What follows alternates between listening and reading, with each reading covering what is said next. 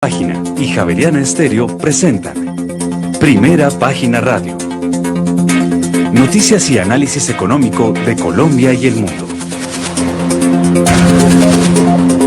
Puntos de Bogotá, pero aquí estamos como siempre bien temprano acompañándolos en esta cita de lunes a viernes para conocer la información económica no solamente de Colombia sino también del mundo. Y hablando de eso, recientemente en la última jornada de ayer se conoció el más reciente dato del índice de precios de consumo, el IPC, la inflación de Estados Unidos a corte del mes de febrero, que se mantuvo en 2,4% interanual y es el mismo nivel del mes de enero, es decir, se mantuvo relativamente moderado durante febrero, aunque hay que mencionar que las perspectivas de inflación se han ensombrecido tras el inicio del ataque conjunto de Estados Unidos e Israel contra Irán, que ha provocado turbulencias que hemos estado aquí contando y analizando en Primera Página en relación con el mercado petrolero, por ejemplo, que ayer estuvieron aquí nuestros analistas ampliamente dedicando un análisis a ese tema. A pesar de la incertidumbre sobre el impacto de amplios impuestos en Estados Unidos, la inflación ha mostrado indicios de moderación acercándose al objetivo de la Reserva Federal del 2%. Los precios al consumidor aumentaron entonces 2,4 en los 12 meses hasta febrero, en línea con el mes anterior y además con lo que los mismos analistas estaban previendo para este mes que acaba de culminar. Mensualmente, el indicador clave de la inflación subió un 0,3% comparado con el 0,2% que se había registrado en enero y además coincidiendo con las proyecciones según mostraron las cifras del Departamento de Trabajo este miércoles. Los precios de la energía se aceleraron y en parte impulsaron también este indicador en general de la inflación y al igual que ocurrió con el coste de los alimentos, excluyendo artículos volátiles como el caso de alimentos y combustible, el llamado índice básico de precios al consumidor se sitúa en 2,5% interanual, igualando entonces la tasa de enero. El aumento de las tarifas aéreas y también los revestimientos para ventanas y suelos se vio compensado por la disminución de los precios de artículos a menudo sujetos a precios de aranceles, como los juguetes y también el calzado. El indicador subyacente aumentó un 0,2% intermensual frente al 0,3% de enero y también cumplió con esta expectativa.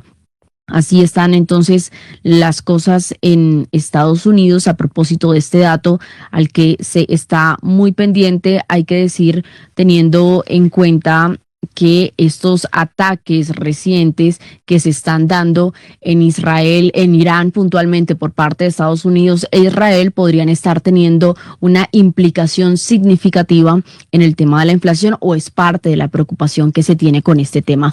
A propósito, saludo a esta hora a quien me acompaña desde los estudios de Javeriana Estéreo, Diego Palencia, vicepresidente de Investigaciones y Estrategia de Solidus Capital, banca de inversión.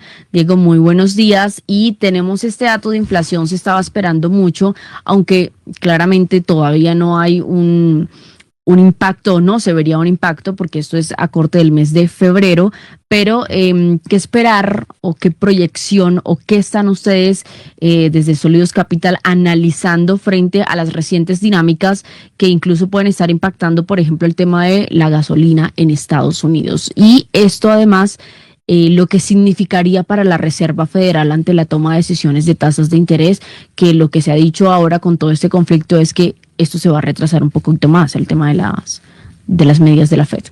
Claro que sí. Buenos días, Kiara. Buenos días a la mesa de trabajo y a todos los oyentes.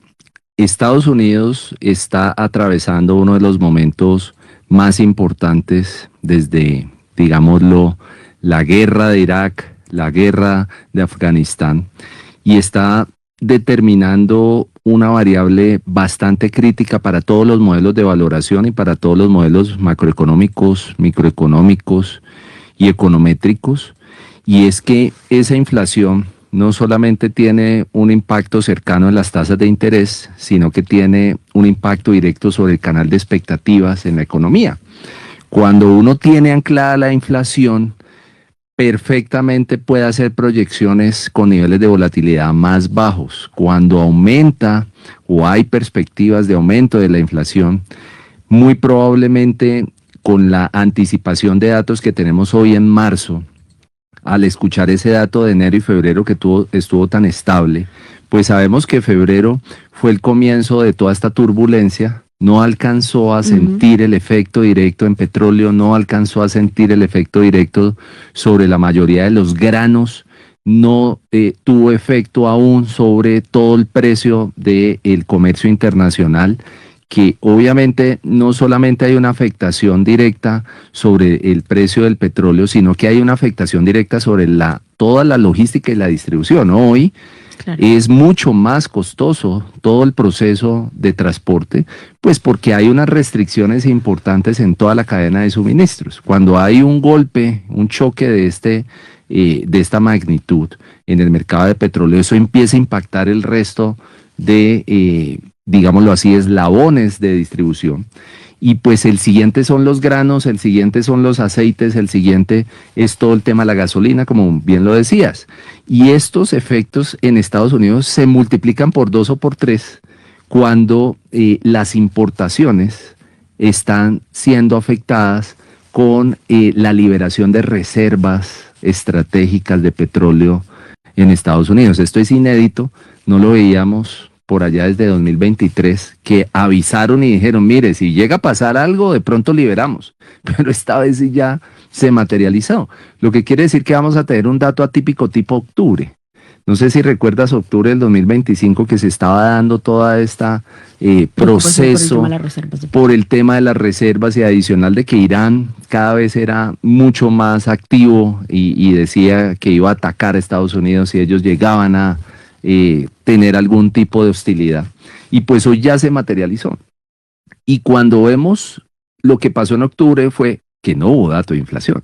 Entonces muy probablemente en marzo ya tenemos que prepararnos a que no haya dato de inflación, porque no se van a exponer nuevamente a que las expectativas, preciso cuando van a cambiar al presidente de la Reserva Federal, preciso cuando se está ampliando todo el contexto de crecimiento económico con los aranceles universales del 15% para todo el planeta, no van a poner en riesgo una estrategia tan cuidadosamente estructurada y tan cuidadosamente llevada. Entonces lo que vamos a ver es que vamos a tener que, como los pilotos de avión, en turbulencia y completamente nublado, nos va a tocar pilotear con los medidores y con las cifras y con los detalles técnicos, pero con un rezago de al menos 1 o 2 meses. Esto va a desencadenar y se nos mete en la primera semana de abril, que es Semana Santa. Sí. Y esto tiene una implicación, porque normalmente inflación para los países católicos y cristianos tienen unas afectaciones esa semana, normalmente es atípica y normalmente sale de los modelos de estacionalidad. Y esos elementos lo que nos muestra es que marzo y abril van a ser unos meses completamente atípicos en el cálculo de la inflación. Va a ser muy interesante observar esa dinámica. Y cuando veamos el aumento de los precios de los granos, cuando veamos el aumento del precio del aceite, cuando veamos el aumento de la mayoría de costos de la canasta familiar, aumentará la gasolina y al aumentar la gasolina, pues toda la canasta familiar se va a ver afectada. Y esto desencadena un problema adicional y es que los canales de tasa de cambio empiezan a aumentar su volatilidad. Lo estamos viendo en Colombia, cuando el marco fiscal de mediano plazo y la actualización del marco fiscal no estaba disponible, y ojalá hoy charlemos un poquito del tema para mostrar cómo un rezago contable puede afectar las expectativas de análisis de largo plazo. Entonces, conclusión principal, hay que tener mucho cuidado con los indicadores de corto plazo de abril y de mayo, que van a ser datos atípicos. Vamos a tener momentos en donde vamos a tener que volar con instrumentos, y ese volar con instrumentos implica tener mucha capacidad de que los parámetros no sean surrealistas como lo está haciendo el gobierno colombiano, y que esos elementos surrealistas pues nos van a llevar a una Colombia mágica. Y obviamente eso va a traer consigo todo un efecto en la valoración de la mayoría de instrumentos financieros, en la mayoría de perspectivas de crecimiento.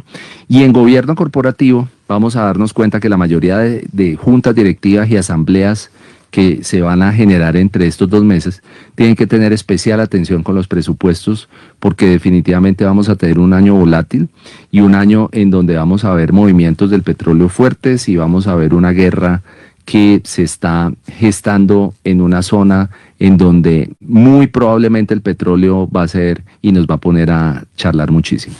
Ahora, en medio de todo esto hay que tener en cuenta que es un panorama que estamos planteando, pero hay que ver qué pasa con este conflicto que ya lo hemos dicho aquí ampliamente. Arrancó, pero no sabemos cuándo puede terminar y allí estaremos haciendo seguimiento a lo que pueda estar ocurriendo en Medio Oriente, que como lo hemos dicho durante estos últimos días y ayer analizamos aquí ampliamente, puede estar en Medio Oriente, pero también nos impacta aquí en Colombia. 6:21 vamos a conocer cómo se están comportando los mercados en el mundo. En Primera Página Radio, las bolsas del mundo. Les contamos que regresó la cautela por los precios del petróleo. Las bolsas de Asia volvieron a los números rojos tras el nuevo repunte en los precios del petróleo, que en las últimas horas superó brevemente los $100 por barril, después de que los medios informaran que 2 petroleros internacionales habían sido impactados cerca de Irak. Otros informes también mostraron que Omán estaba evacuando una terminal petrolera clave, mientras que Irán estaba bloqueando el estrecho de Hormuz, que es una vía de suministro clave para aproximadamente la quinta parte del petróleo a nivel mundial. Así que ante esta jornada marcada por un fuerte repunte del precio del petróleo y tras estos nuevos ataques que se están evidenciando a barcos petroleros, el Nikkei 225, que es el principal indicador de la bolsa de Tokio, tuvo en esta última jornada, hoy 12 de marzo, una baja del 1,4%. El indicador que agrupa los 225 títulos más representativos del mercado bajó entonces 572,41 puntos, ubicándose en la jornada en 54.452 unidades, rompiendo así esa tendencia al alza que estaba registrando en los 2 últimos días, porque ya hemos evidenciado cómo este indicador ha estado bastante volátil y golpeado con fuertes caídas por lo que está pasando en Medio Oriente y por otros factores. El índice Topix, que incluye las firmas de mayor capitalización, cerró en rojo al caer 1,32% y se situó en 3.649 unidades. SoftBank, que es el gigante japonés de telecomunicaciones y de inversión de apuestas en inteligencia artificial en OpenAI y creador de ChatGPT, cayó 3,6%. El índice de referencia de la bolsa de Shanghai perdió un 0,1% y el parque de Shenzhen un 0,63%. El Hansen de la bolsa de Hong Kong perdió un 0,70%, especialmente por el comportamiento de las inmobiliarias, que en este caso registró una baja del 2,1%. Mientras tanto, encontramos que el Hansen China Enterprises, donde cotizan las compañías de la China continental, también registró una baja muy leve, en este caso 0,6%. El Kospi, principal indicador de la bolsa de Corea del Sur, la baja que registró fue del 0,48%, y contrario a todos estos índices que ya les menciono, el Kosdaq, que es el que agrupa empresas tecnológicas y de mediana capitalización, registró por su parte un alza del 1,2%, y así se comporta entonces a Asia. De Asia pasemos a Europa, donde las bolsas están también perdiendo en medio de los titubeos por esta guerra que no da tregua. Varios miembros del Consejo de Gobierno del Banco Central Europeo advirtieron del riesgo inflacionista, esto que estamos mencionando, de la energía, y no descartan de hecho actuar con rapidez, y esto ha provocado un fuerte repunte de las rentabilidades de los bonos y está también añadiendo una presión a la renta variable. Ante estos ataques que se produjeron en las últimas horas a los petroleros en el estrecho de Hormuz, las bolsas están marchando de forma negativa en Europa.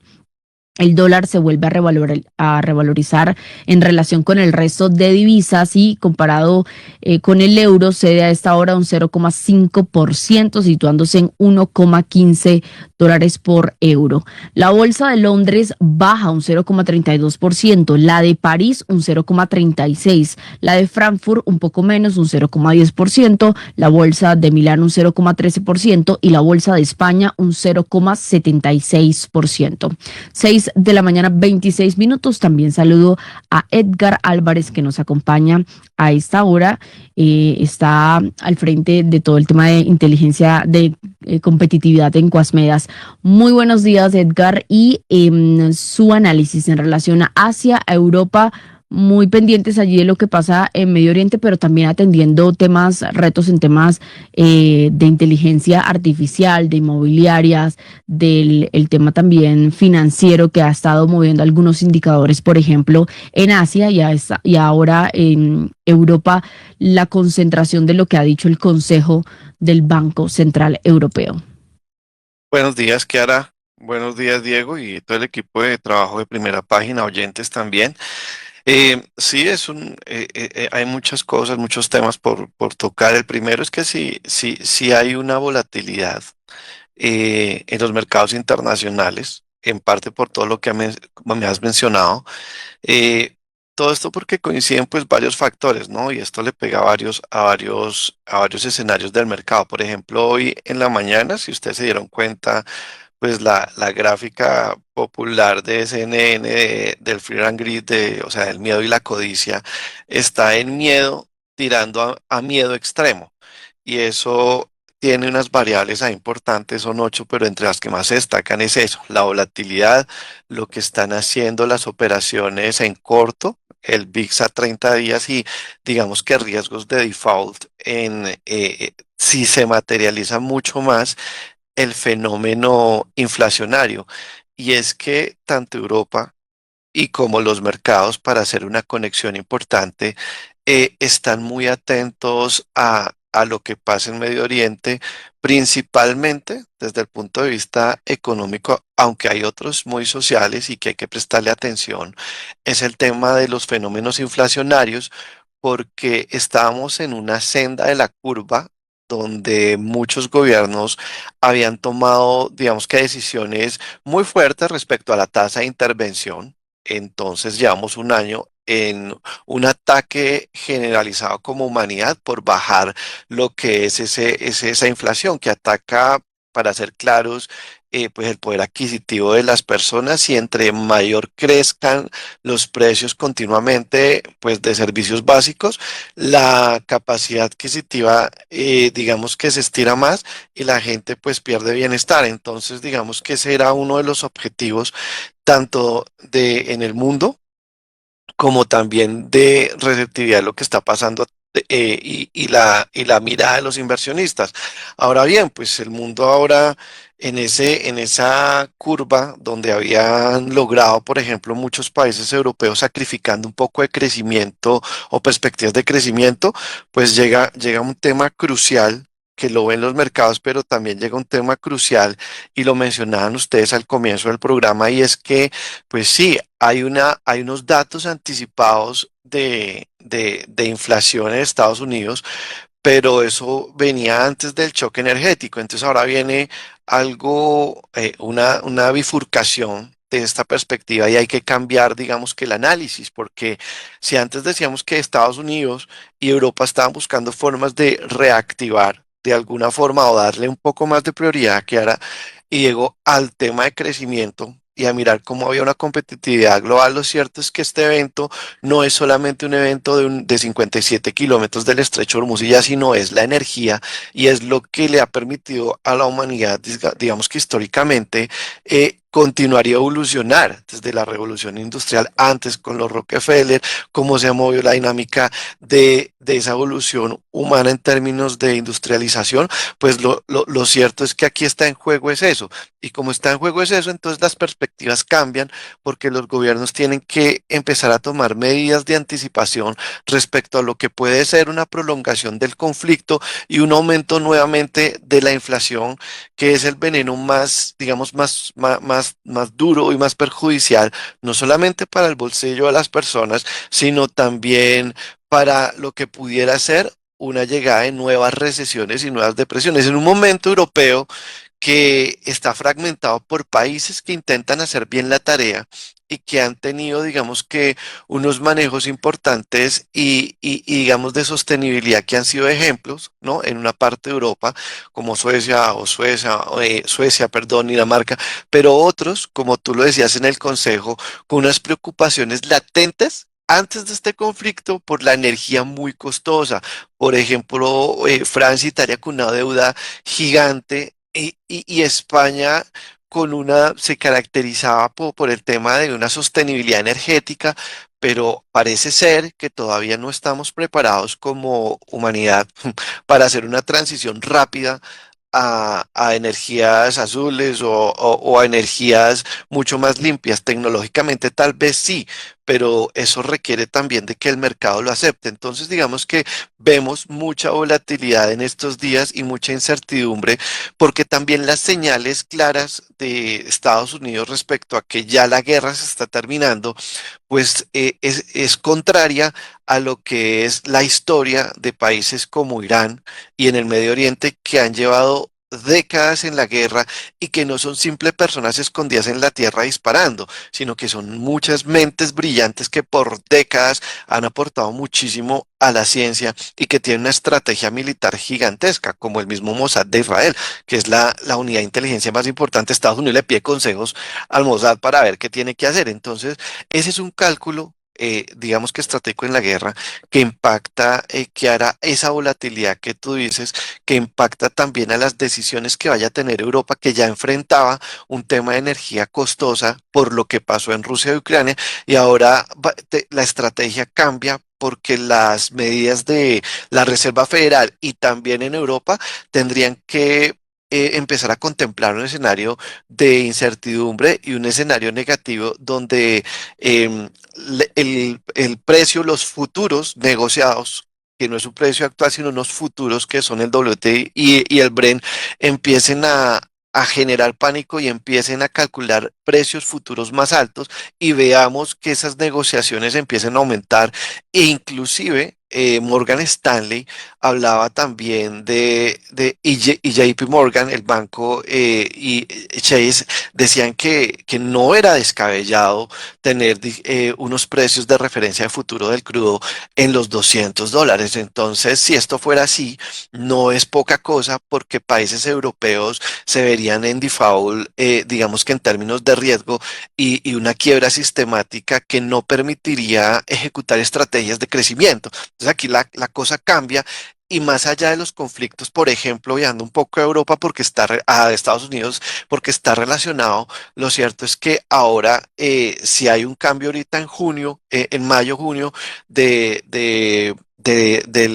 líder de la Reserva Federal, pero de Powell por Kevin Warsh, y veíamos que podría seguir bajando tasas de intervención, pero lo cierto es que ahora el escenario cambia porque no son claras realmente las perspectivas de que la inflación movilizada por ese conflicto energético vayan a terminar prontamente. Entonces ahora tenemos que contemplar nuevamente medidas, digamos que anticíclicas y medidas fiscales progresivas nuevamente, lo que podría erosionar aún más, digamos que el debilitamiento de la clase media en la Comunidad Europea y también en Estados Unidos y por supuesto, Sí. pues de alguna forma indirecta, Kiara, perdón, también le va a afectar a Latinoamérica.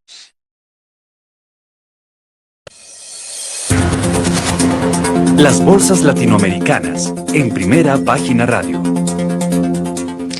Y hablando de Latinoamérica, vamos a conocer el comportamiento del mercado en la última hora porque Wall Street finalizó la jornada de este miércoles de forma mixta, mientras que los inversores están siguiendo muy de cerca lo que pasa en Medio Oriente y la respuesta del país persa y sus efectos en los precios del petróleo. Las pérdidas en esta ocasión fueron del 0,61% y 0,8% para el Dow Jones y el Standard & Poor's respectivamente, mientras que el Nasdaq sí logró un avance muy leve, pero del 0,8%. El Standard & Poor's de la Bolsa de Comercio de Buenos Aires, el Merval, ganó un 2,61%. El índice Bovespa de la Bolsa de Sao Paulo subió un 0,28%, mientras que la Bolsa de México tuvo una recuperación del 0,24%. Revisando Colombia, MSCI Colcap de la Bolsa de Valores aquí en nuestro país avanzó un 0,12%, retroceso para el IPSA de Santiago de Chile del 0,92%, y también reporta caída el índice bursátil de la Bolsa de Valores de Lima. Hablamos del MSCI Nuan de Perú, que bajó 1,53%. Y a las 6 de la mañana, 36 minutos, vamos a esta hora con nuestros aliados de Radio Francia Internacional, porque nos tienen detalles de las primeras movidas de José Antonio Kast, quien recientemente asumió la presidencia de Chile. En Chile, el nuevo presidente José Antonio Kast firmó ya sus 6 primeros decretos, apenas horas después de haber sido investido por el Congreso Nacional este miércoles. Desde el balcón del Palacio de la Moneda, Kast anunció un gobierno de emergencia. Nos han entregado un país en peores condiciones de las que podíamos imaginar. Un país con sus finanzas públicas debilitadas. Un país donde el crimen organizado y el narcotráfico han avanzado. Para enfrentar esas emergencias en seguridad, en salud, en educación, en empleo, Chile necesita un gobierno de emergencia. Y eso es lo que vamos a tener. Kast anunció un refuerzo de la seguridad en la frontera con Bolivia que incluye la construcción de barreras físicas, aunque sin especificar cuáles serían exactamente. Una de las promesas de campaña más fuertes de Kast fue la expulsión de migrantes irregulares, principalmente venezolanos. Los partidarios del nuevo presidente comentaron al micrófono de Radio Francia Internacional sus expectativas. Tuvimos 4 años un presidente que no sirvió para nada. Entonces, ahora sí hay unos cambios y esperemos que Chile salga adelante. Prometió nuestro presidente Kast sacar a los venezolanos. Chile no es el Chile que era antes, porque los extranjeros se tomaron el país. Y en realidad me gusta José Antonio Kast porque tiene una mirada centrada en Dios primero, y también podemos ver que es un hombre de familia, con principios, que sigue firmemente lo que él cree, y eso yo creo que es lo principal. Pero la llegada al poder de Kast también genera preocupación. El nuevo mandatario es considerado un nostálgico de la era Pinochet, cuya dictadura, recordemos, dejó 3.200 muertos y desaparecidos, así como miles de torturados y presos políticos. Ahí está entonces esta noticia que se produce desde Chile, luego de que ayer asumiera entonces José Antonio Kast, una línea bastante diferente a la que se venía dando por parte de Gabriel Boric. 6:38, Diego Palencia, que nos acompaña por acá. Bueno, ahí vemos bastante intensa las recientes declaraciones del que asumió presidente de Chile, hablando de finanzas públicas debilitadas y de tener en cuenta unas medidas para un gobierno de emergencia. ¿Cómo se encuentra en estos momentos Chile en comparación con el resto de la región y qué cambios podrían venir en temas económicos o los retos que tienen temas de economía Chile, hablando ahora de Latinoamérica? Chile será uno de los ejemplos más importantes en gobierno corporativo público, y es que una de las primeras decisiones del presidente es iniciar una auditoría forense avanzada para poder determinar la calidad de la información.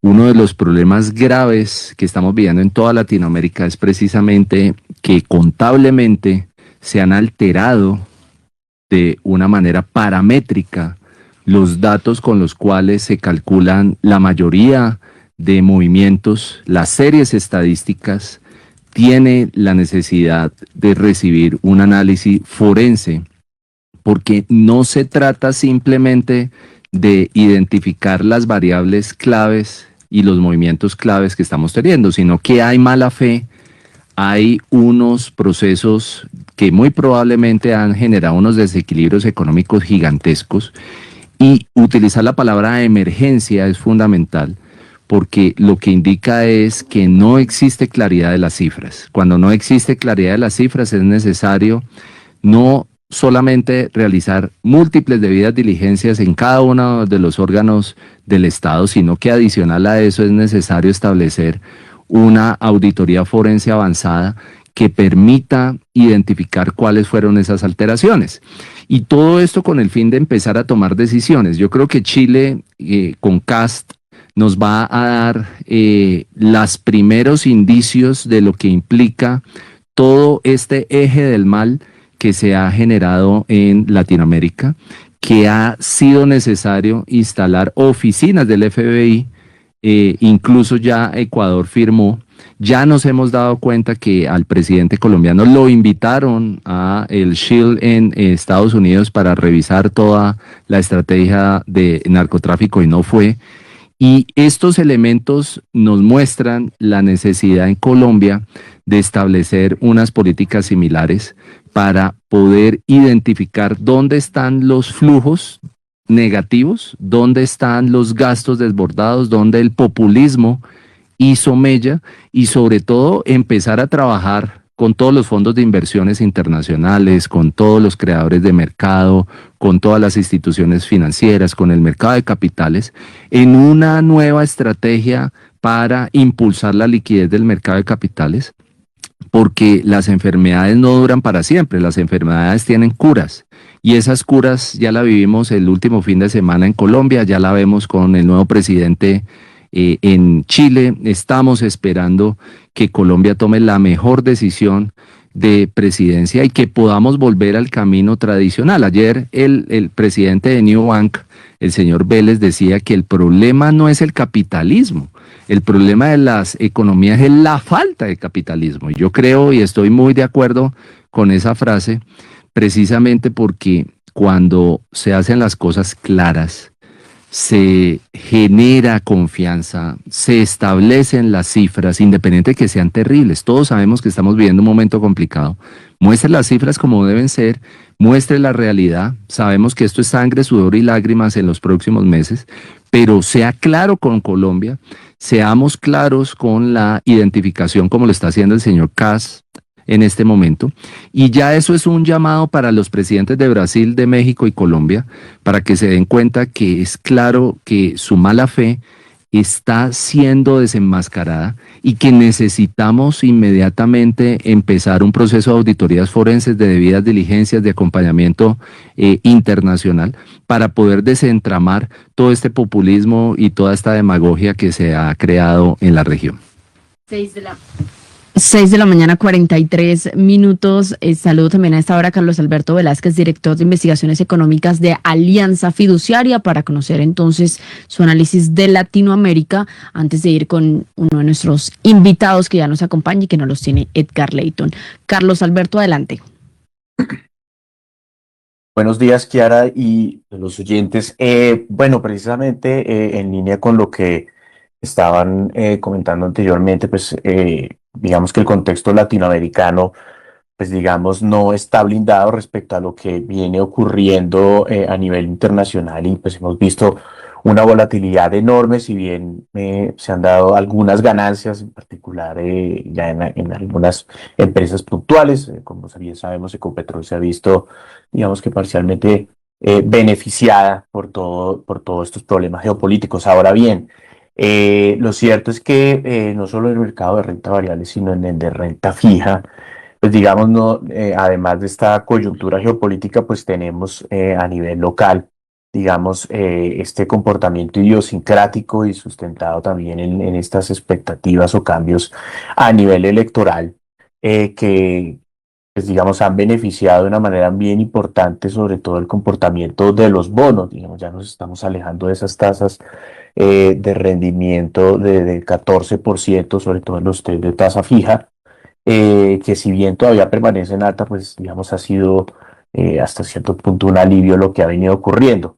Y esto es importante porque, como ya lo mencionaban en Chile, pues posterior, incluso antes, pero posterior incluso a la elección del hoy presidente Kast, pues se dio, digamos, una suerte de euforia, un impulso muy importante, no solo por el lado de la renta fija y la renta variable, sino también una corrección importante en el mercado de divisas tendiente a que se diera una mayor apreciación. Y lo que pensamos nosotros desde Alianza es que con la materialización del cambio político, y lo hemos venido viendo después de lo que ocurrió con la gran consulta el domingo anterior, pues precisamente puede haber ahí una una expansión o unos mejores datos a nivel de lo que son los mercados, pese a toda la incertidumbre en el frente político. Esto, por supuesto, contrastando con lo que nos mencionaban en el reporte de Radio Francia Internacional con un sesgo marcado, no, señalando unas preocupaciones que al menos el mercado no, no se ha reflejado, ¿no? En estos. Muy importante eso último de que menciona Carlos Alberto Velázquez. Muchas gracias y vamos ahora con un invitado que nos tiene don Edgar Leighton. ¿De qué se trata, Edgar? ¿O de Pues quién se Kiara, trata? en las ¿suena eco o estoy bien? No, ahí está bien, sí señor, Ok. lo escuchamos. En las más recientes horas hubo un evento de Colcapital que es como un gran encuentro donde asisten inversionistas, están los fondos de pensiones, pero bueno, vamos al punto, y es que se presentó una app o varias apps, pero entre ellas Humanolab es una app tecnológica y de servicios de salud que fue fundada, cuyo cofundador es Andrés Campo, director ejecutivo de Humanolab. Es una empresa dedicada a construir el nuevo sistema de salud de la región latinoamericana. ¿Por qué lo invitamos? Porque se crean estas apps, pero al interior del evento, pues se hizo como un roadshow donde se dice, bueno, Humanolab está levantando recursos, ¿en qué consiste? Pero bueno, avancemos con el tema y que sea Andrés, primero que nos cuente qué es Humanolab y acto seguido, luego entramos nosotros y que nos explique cómo se puede invertir en Humanolab, un fondo de pensiones o un trader o un inversionista, cómo puede llevar recursos para financiar esta idea. Andrés, bienvenido a Primera Página Radio. Buenos días a todos, muchas gracias por el espacio. ¿Me escuchan bien ahí? Perfecto. Súper. Edgar, gracias por la invitación y gracias a todos por el espacio. Empezando por contarles un poquito más de Humanolab. Con Humanolab, como decía Edgar, estamos construyendo un nuevo sistema de salud que es predictivo. Es un proyecto bastante ambicioso, va más allá de hacer sencillamente una empresa de tecnología. Creemos que hay un espacio tremendo en la región para disruptir los sistemas de salud que son realmente reactivos. De una de las historias que nos inspiró a crear Humanolab fue la de mi suegra, que además la mamá de mi esposa también, mi esposa es mi co-founder, es una persona que tenía la medicina prepagada más costosa del país, tenía acceso al sistema de salud público, además pagaba por seguros adicionales de salud y tenía ya síntomas de un cáncer de linfoma 24 meses antes de que fuese diagnosticado. Y eso le está pasando a millones de personas a nivel mundial, pero sobre todo lo que nos importa es en la región de Latinoamérica y más importante en Colombia.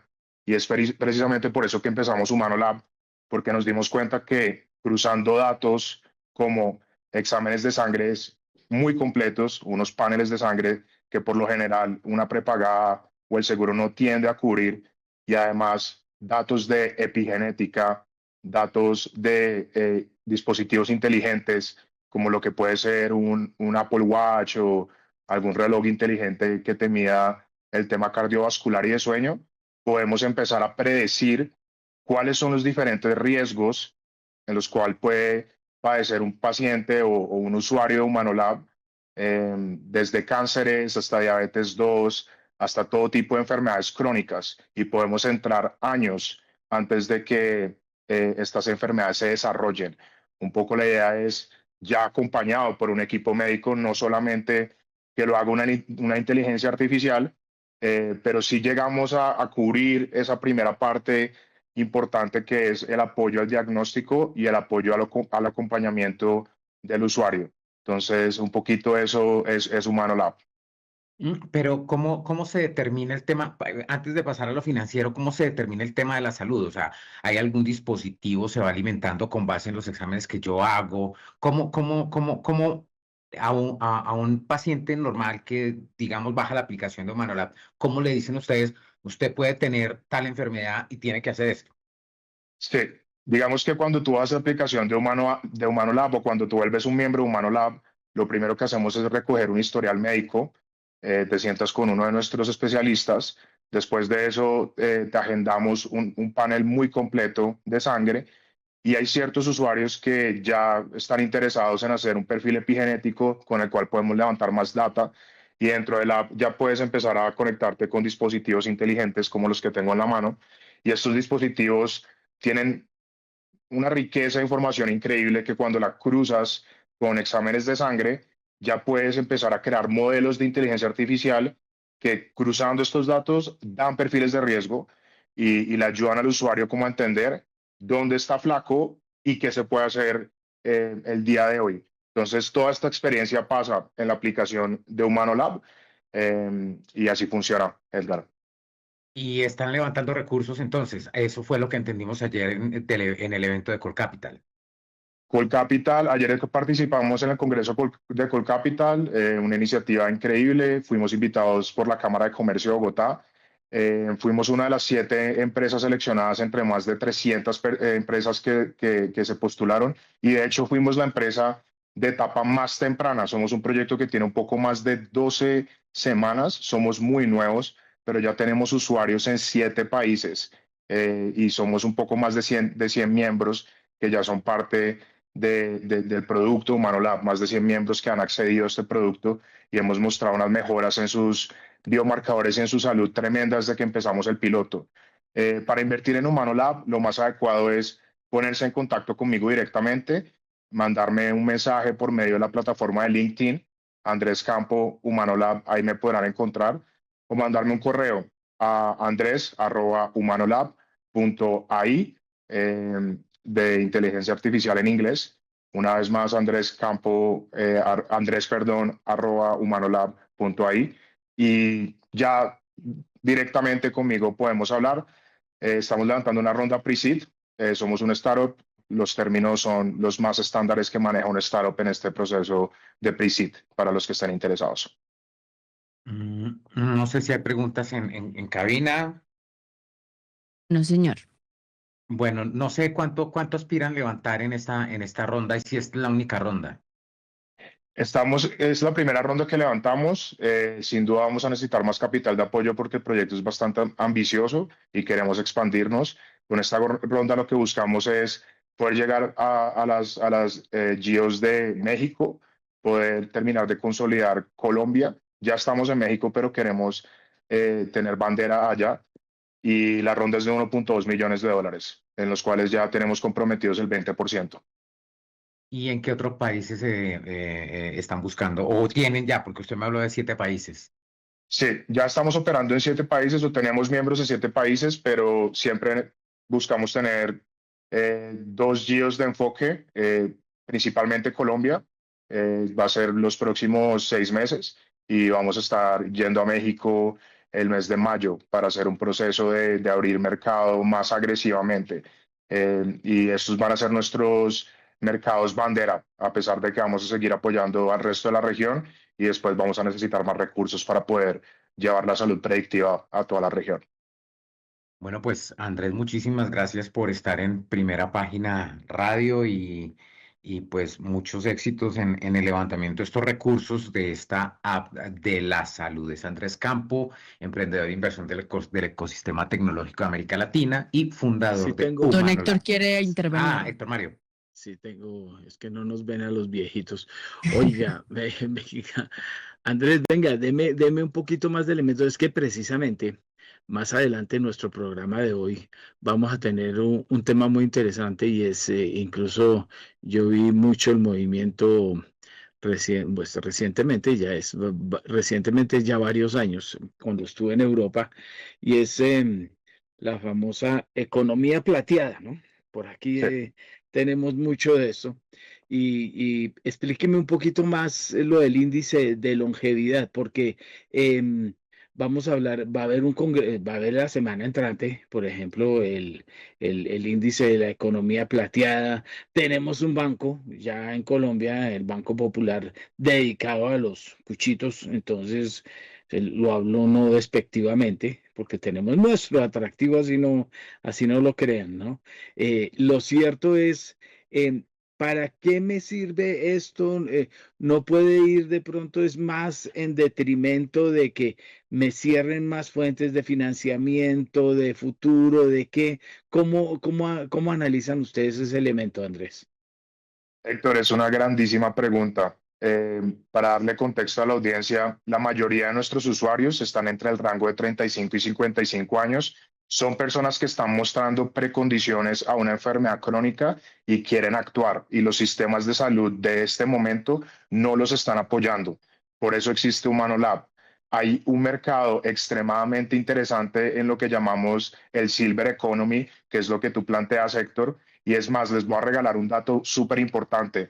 En la región de Latinoamérica, de aquí al 2050, van a haber más personas mayores de 65 años que menores de 18 años.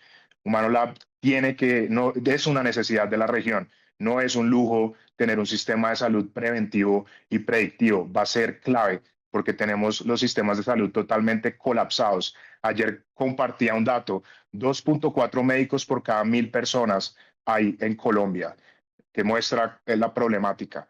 Entonces, poniendo todos estos tres componentes, digamos que a la mesa, lo que podemos entender es que la salud va a cambiar totalmente. También la biología del humano, a medida que la tecnología viene avanzando, está cambiando. Nosotros somos fiel creyentes de que todas las personas que están conectadas en esta llamada van a vivir más de 100 años, porque vamos a tener la medicina y la tecnología, y Humano Lab va a ser parte de esas empresas o de esos sistemas que empujen a que las personas vivan más de 100 años. Ahora, ¿cómo van a ser esos 100 años? Nos queremos asegurar de que sean 100 años de calidad. En este momento, el hombre latino vive 75 años en promedio, y esos 75 años vive 15 años enfermo. Entonces, lo que nosotros precisamente queremos hacer es empujar todas esas métricas, pasar los 100 años y reducir la cantidad de enfermedad. Yo creo que instituciones como el Banco Popular y otras tienen que apostarle a proyectos que busquen ser predictivos y preventivos para mejorar la calidad de salud.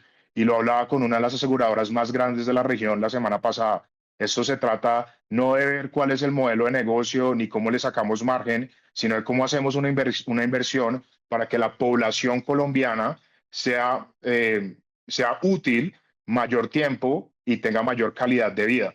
Entonces, digamos que ese es un poquito cómo lo vemos, Héctor. No creo que vaya a ser castigado la persona mayor de edad. Al contrario, creo que van a haber más ofertas y va a haber mejor calidad de vida.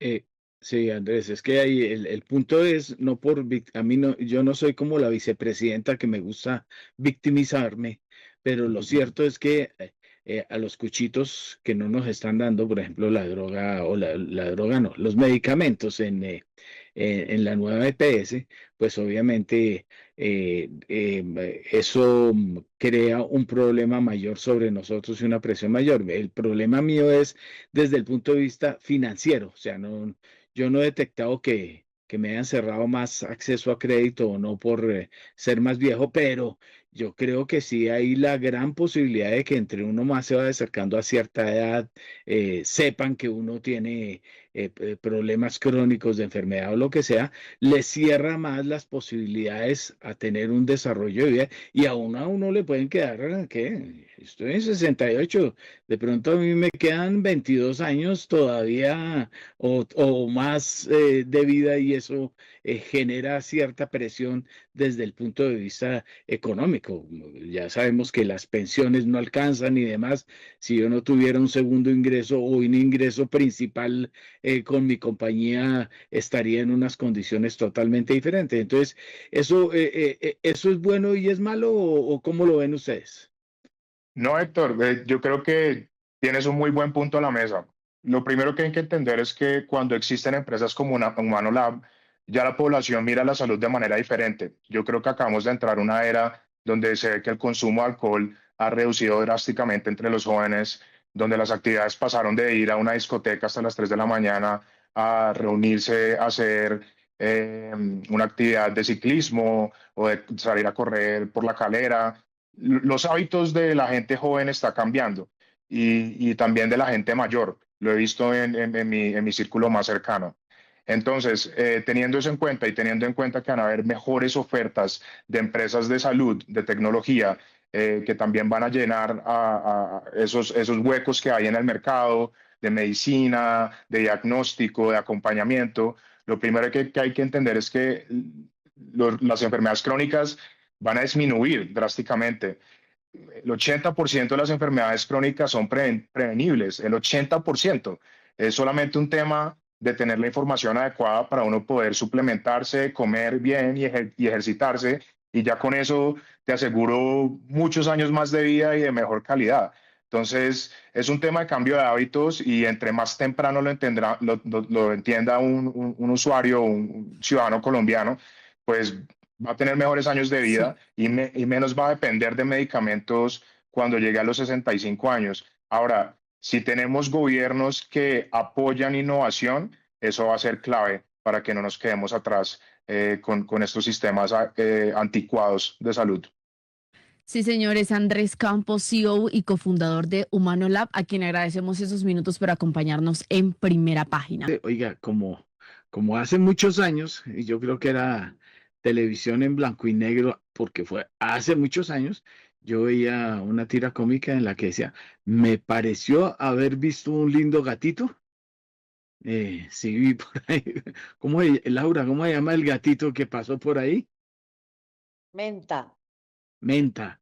¿Y qué tal es Menta? muy juiciosa. ¿Sí? Ah, bueno. ¿Y se puede dejar sola? Yo ¿Sí? creo que a Laura es la que no se puede dejar sola. Bueno, 7:14. Bueno, ahí tenemos a Menta en la mitad del cuadro. Muy bien. Interviene otro elemento en Primera Página. Creo que hay que darle más juego a Menta. Bueno, venga, voy a ir con Nelson Vera para que pronto me haga desde afuera una pequeña mirada a lo que está desde el exterior tocando con todos estos resultados que yo nunca había visto tal enredo como el que se ha visto hasta ahora. Bueno, por ahí vi a las conocidas ladillas diciendo que Oviedo no iba a ser el candidato vicepresidencial de Paloma Valencia. Obviamente que se descacharon, obviamente, como siempre. Entonces, ahí va a estar como promocionaron la venta de cana con la Ecopetrol. Bueno, pero vamos con una noticia grande sobre la cual hay un llamativo enfrentamiento de comunicados, digamos, un enfrentamiento cordial. Casi siempre que hay una compraventa de un activo en cualquier parte del mundo, las partes, el que compra y el que vende, se ponen de acuerdo para emitir un comunicado. Pues resulta que, curiosamente, el comunicado de Cemex de esta madrugada, como siempre, Primera Página, como ocurrió ayer, muy a las 3 de la mañana, lanzó el comunicado sobre la venta que ya conocía, ¿cierto, Laura? Que ya sabíamos que se había vendido Sierra Col. En un acto de responsabilidad, pues obviamente esperamos cifras y esperamos otros datos, que finalmente no se dio la cifra, ¿no? Pero bueno, pero se sabía que Sierra Col vendía sus activos en Colombia, los compró un filipino, quien ya está en Colombia, porque pues obviamente es el dueño del terminal de contenedores de Buenaventura. Ahora sucede lo que se venía previendo. Lo de Cemex no es solo de hoy, hace ya un año, exactamente en enero del año pasado, había anunciado que iba a desinvertir en Colombia. Ya se había hablado también de que la suiza Holcim iba a ser la compradora, pero vendió casi todo, le faltaron 2 o 3 activos que está en proceso de venta. Pero lo curioso de esta madrugada es que mientras uno dice que la transacción fue por 555 millones de dólares, el otro habla de 400, ¿cuánto? 435, venga a ver, repito, por acá, la versión de Holcim. Sí, habla de 20 plantas. Bueno, los dos no se han puesto de acuerdo en la realidad de la transacción. Cada uno emitió un comunicado totalmente diferente sobre contenidos y eso, pero en esencia es que hubo una transacción. Esa es la realidad y eso es lo que revelamos y conocieron nuestros suscriptores también muy a la madrugada de este día. Bueno, entonces vamos. Ya está lista Laura para darnos la noticia también de última hora de Maure Lampron, la francesa, va a abrir de Engie Energy. Ella ya se está riendo, no por la gata, sino por la pregunta que le voy a hacer. Pero no hay problema, yo ya tengo la respuesta, entonces yo era para acorcharla, pero bueno, esa es la parte del asunto. Oiga, don Nelson Vera. ¿Cómo está viendo usted el asunto? Pues todos los días marcamos muy el paso y viene siempre mi crítica de que todos los candidatos están hablando desde quién es su pareja, cómo va a ir, si les gusta tal o cual cosa. Tenemos más vicepresidentes y presidentes que en otro momento de la historia, pero lo claro es que ya mañana se cierra toda la lista de candidatos, precandidatos, poscandidatos, segundos candidatos, y si va a haber señoras, señores o señoritos como vicepresidentes en las listas. Entonces, mañana estará totalmente definido. Don Nelson Vera Concha, su punto de vista de cómo está viendo el asunto. Hay unos que ya se están jugando fórmulas vicepresidenciales hasta con hombres de la economía. Ya incluso hoy se anuncia a un ex jefe del Banco de la República en uno de los equipos. Bueno, Nelson, su comentario de esta hora. Muy buenos días, Héctor Mario. Mil gracias por la invitación. Creo que en el frente político, pues después de los resultados de las elecciones del domingo, comienza ya en franco la carrera presidencial. Y pues yo como economista le dejo mejor esos análisis a los colegas cienciopolitólogos, diciendo solamente un par de cosas que creo que hay un poco de exceso de análisis y ruido del día a día. Lo primero es que tenemos que tener claro que lo que ya salió mal en las elecciones de hace 4 años fue precisamente la obsesión identitaria, que fue un tema de muy de moda cultural aquí en los Estados Unidos en los últimos 10 o 15 años, y pues eso terminó saliendo mal. Creo que la inteligencia del presidente Petro fue, al margen de todos los temas económicos, saber leer esa estancia de lo que se llama acá el Zeitgeist, y eso estuvo muy de moda la década pasada, pero el mundo cambió. Entonces yo diría lo primero. Entonces no más aficiones identitarias, que eso es un elemento que corroe la discusión social, que corroe la discusión democrática. Entonces yo no creo que eso deberíamos caer en esa tentación. Lo primero.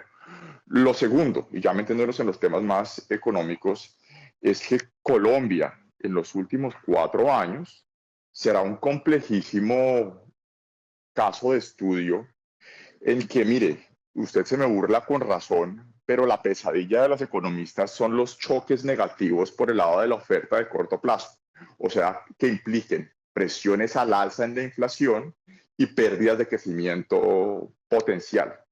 E infortunadamente, Colombia lo que hizo durante los últimos 4 años es autoinfligirse unos golpes negativos por el lado de la oferta muy complejos de reversar. Y en eso hay que tener conciencia. Entonces yo os invitaría a que menos, comillas, Colombia si se puede, y ver cuáles van a ser las soluciones. El primero de ellos, pues es evidentemente el marchitamiento prematuro del sector minero energético. El segundo, el de la construcción, infraestructura. El tercero, la crisis en ciernes de materia de salud, Cuarto, la pérdida de confianza en temas tan graves como los frentes de seguridad. Quinto, una crisis fiscal que es muy complicada. Los datos que salieron ayer en el plan financiero revelado de manera tardía, creo que poco nuevo nos dice, al margen de las discusiones que se dio un poco de los ruidos de las redes sociales diciendo, mire, es muy infortunado que usted tenga un balance primario de casi 4 puntos del PIB, 3.5% del PIB y picos de deuda históricos en la deuda bruta de 65 puntos del PIB, solo comparables en periodos bien sea de recesión o de crisis de la pandemia y con unos faltantes estrambóticos, porque la palabra es estrambóticos, para poder reencauzarnos en las metas de la regla fiscal. Pero para simplemente cerrar este comentario de mezcla política con economía, yo sí creo que la administración entrante debe enfocarse mucho más en cuál va a ser la transición de iniciar a solucionar unos graves problemas de choques negativos por el lado de la oferta que le mencioné, y yo creo que la claridad es que eso no va a ser ni inmediato ni fácil y va a tomarse buena parte de la entrante administración 2026-2030. Gracias, don Nelson. Bueno, ahora sí vamos con Laura Imenta. Bueno, Laura Imenta. Bueno, Laura, la noticia fresca, ya dimos la de Cemex, venta de 20 cementeras y concreteras y otros activos en Colombia, queda con 3, especialmente el de Maceo, pero los está vendiendo. O sea, esa operación y la ida de Cemex de Colombia, además que dejó, si tuviéramos aquí a Andrés Moreno, nos contaría lo que pasó con Cemex, el famoso y terrible paso pues, de Cemex por la Bolsa de Colombia, uno de los también que han dejado mal sabor en el mercado colombiano.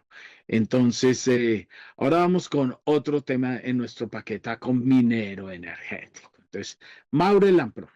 Maure Lamprón se quedó con el 61% de el bloque Sinú 9, uno de los bloques que tenía Engie Energy de Serafino y Acono en Colombia, y hoy dio datos claves. Y vamos a hablar un poquito de los datos claves porque son muy importantes dentro de esta explicación de lo que viene sucediendo con el gas en Colombia. Para mi resumen, aunque me voy a adelantar un poquito, es flojo lo que está pasando o le metieron gato por liebre o algo pasó ahí en ese asunto, así Maure Lamprón esté dando aplausos. Bueno, esos son como los famosos comunicados de Tecnoglass, ¿no? Producción, utilidades, todos son récord, ¿no? Entonces, cada trimestre que salen resultados de Tecnoglass, todos son resultados récord. Y resulta que la acción está en $42 y todos dándole en la cabeza porque nada que salieron buenos los resultados. Demos estos resultados, doña Laura Gabriel Madero. Héctor, bueno, si usted ya dio la introducción, ellos salieron a dar sus pronósticos, lo que prevén de producción para este año 2020 y para el bloque Sinú como tal, producción de 25 millones de pies de gas por día.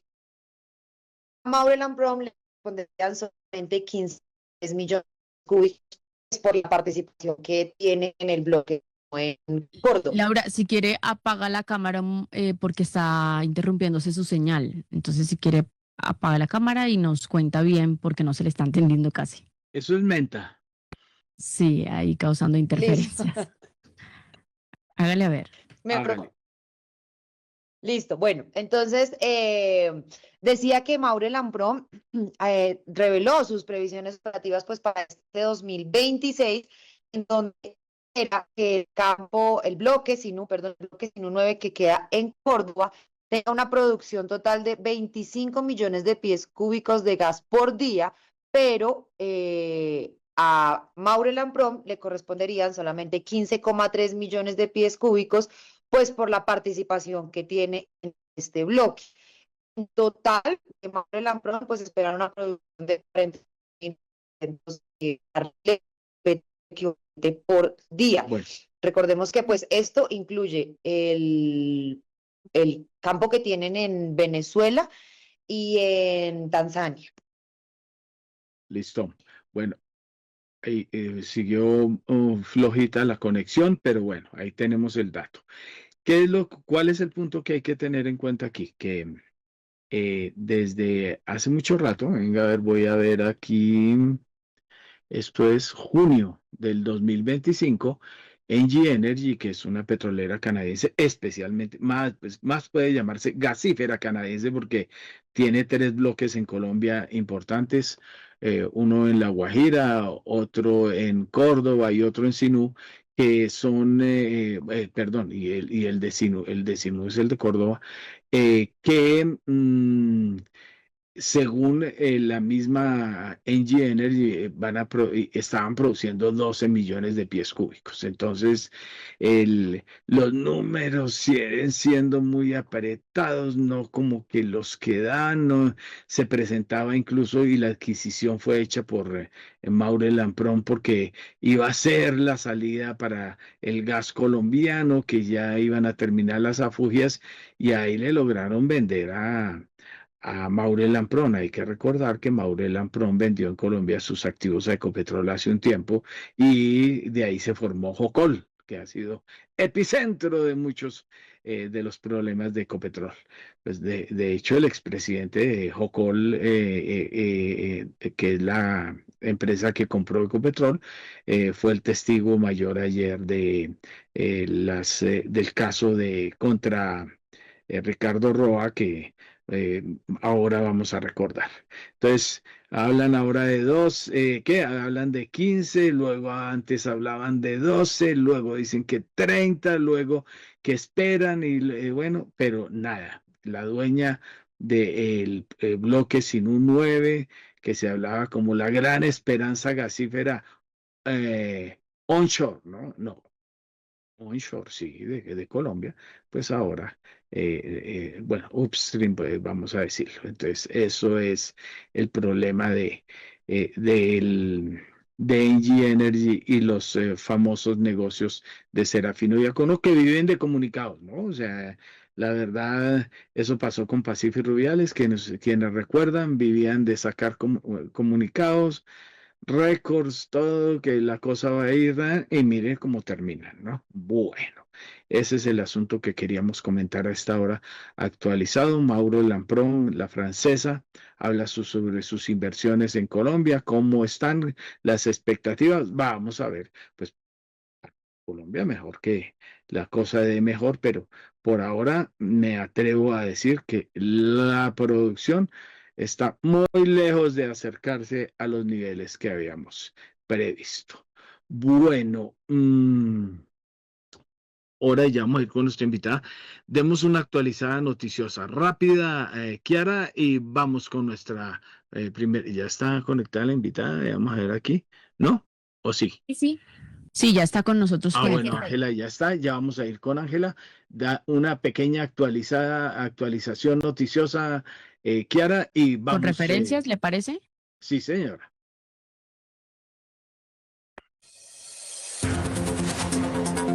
En Primera Página Radio, las claves de la jornada. En Europa, el Instituto de Investigación Económica alemana, el IFO, publica sus previsiones macroeconómicas de primavera para Alemania, cuyo PIB, recordemos, creció en 2025 un 0,2% tras 2 años de recesión. Por el lado de Estados Unidos, a nivel macroeconómico, se van a conocer los datos de comercio exterior de enero. Además, se publican resultados de grandes referentes en temas corporativos, como por ejemplo Adobe. Se presenta también Ulta, Salon Cosmetic, y también se van a presentar los resultados de Dollar General Corp.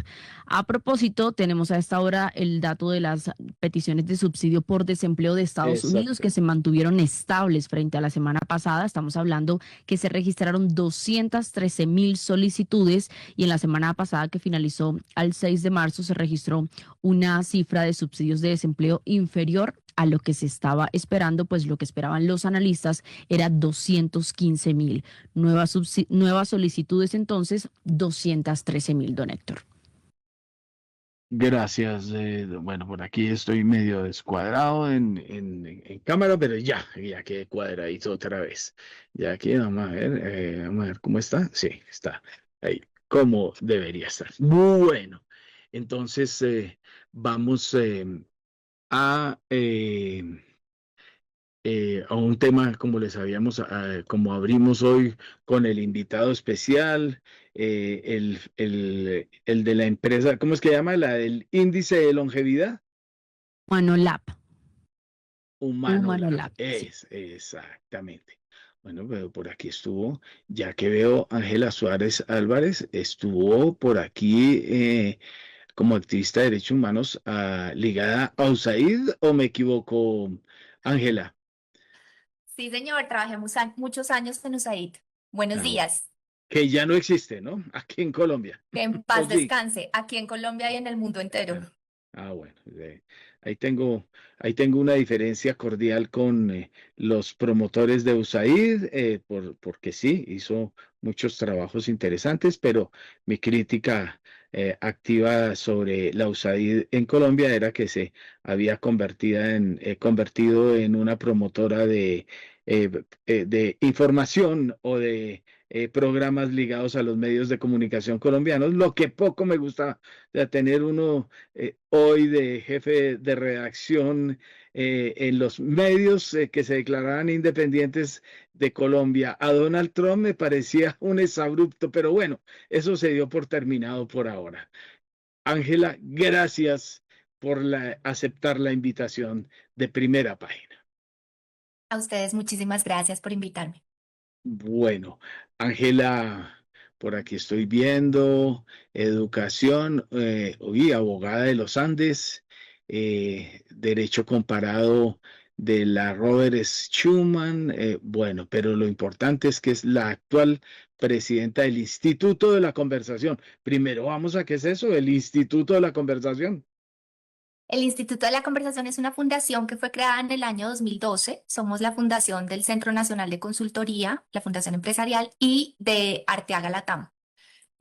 Trabajamos en metodologías innovadoras de conversación al servicio de temas de desarrollo y de transformación social, con mujeres en entornos mineros, la dignificación de la labor de las mujeres en entornos mineros, inversión social privada a través de gestión cultural, memoria urbana para facilitar transformación urbana, y trabajamos este tema de respuestas a la longevidad y economía plateada, que tiene un enorme potencial, pues porque es una conversación muy trascendental en el mundo de hoy en día. Exactamente, a eso vinimos, precisamente de eso es lo que vamos a hablar.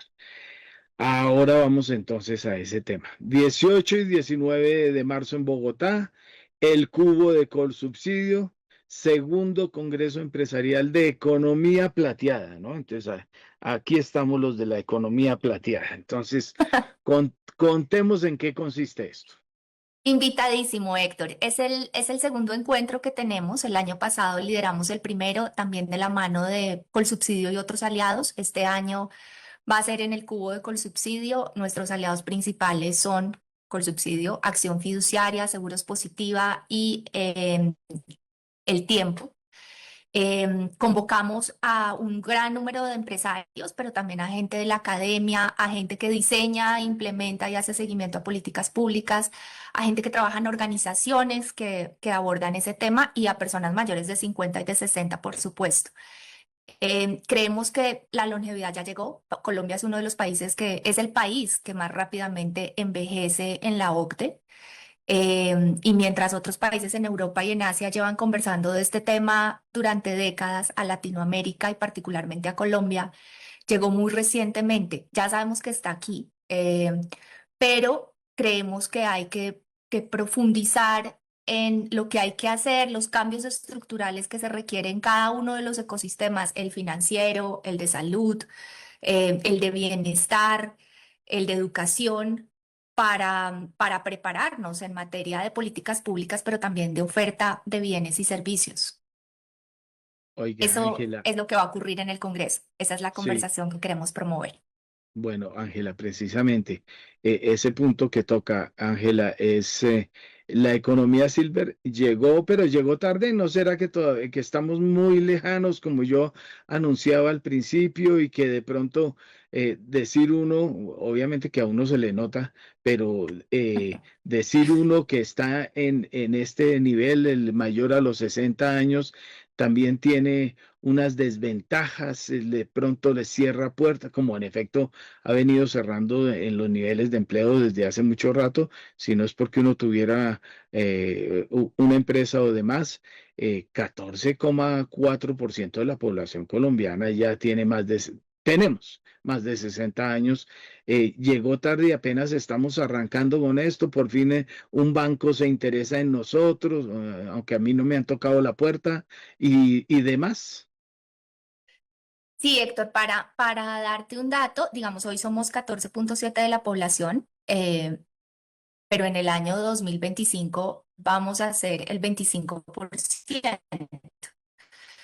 Y la tasa, hay un índice que se llama la tasa de reemplazo, que mide el número de hijos por mujer que cada mujer debe tener en promedio para mantener la población estable.